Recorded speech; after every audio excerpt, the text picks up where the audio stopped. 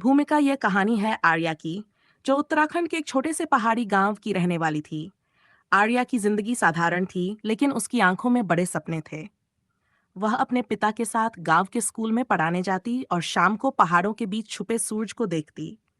उसकी दुनिया शांत और सरल थी, जब तक कि उसकी जिंदगी में अयान नहीं आया। आरंभ आर्या हमेशा से ही पढ़ाई में तेज थी। उसके पिता चाहते थे कि वह बड़ा नाम करे।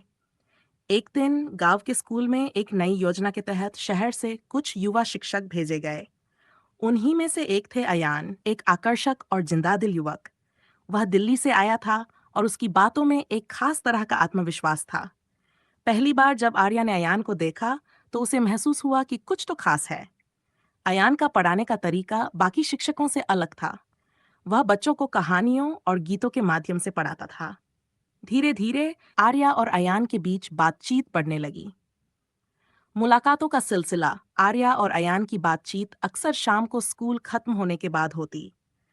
आर्या अपनी किताबों से भरी थैली लेकर घर लौटती और अयान साथ चलते चलते उससे किताबों और सपनों के बारे में पूछता।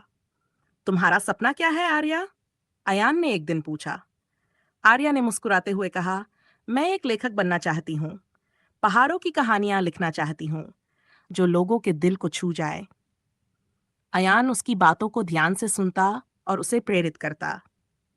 प्रेम का एहसास। आर्या को एहसास होने लगा कि वह अयान के प्रति आकर्षित हो रही है, लेकिन वह इस भावना को दबाने की कोशिश करती, क्योंकि उसे लगता था कि अयान जैसे बड़े शहर के व्यक्ति को उसकी तरह की साधारण लड़की में कोई दिलचस्पी नहीं होगी। दूसरी तरफ अयान भी आर्या की सरलता और मासूमियत की ओर खिंचता जा रहा था। वह उसके सपनों और विचारों की गहराई को समझता था। एक दिन जब बारिश हो रही थी और दोनों स्कूल से घर लौट रहे थे, अयान ने आर्या का हाथ थाम लिया। क्या तुम्हें पता है आर्या, तुम्हारी बातें मुझे हर दिन जीने की नई वजह देती हैं। आर्या की आंखें झुक गई, लेकिन उसके दिल में एक अजीब सी खुशी थी। दूरी और संघर्ष। कुछ महीनों बाद अयान को शहर लौटने का आदेश मिला। उसने आर्या से कहा, मुझे वापस जाना होगा, लेकिन मैं तुम्हें कभी नहीं भूलूंगा। क्या तुम मेरा इंतजार करोगी? आर्या ने आंखों में आंसू लिए हामी भर दी। लेकिन अयान के जाने के बाद उसकी जिंदगी में खालीपन आ गया। वह घंटों पहाड़ों के बीच बैठकर अपने और अयान के बिताए पलों को याद करती। पुनर्मिलन 2 साल बीत गए।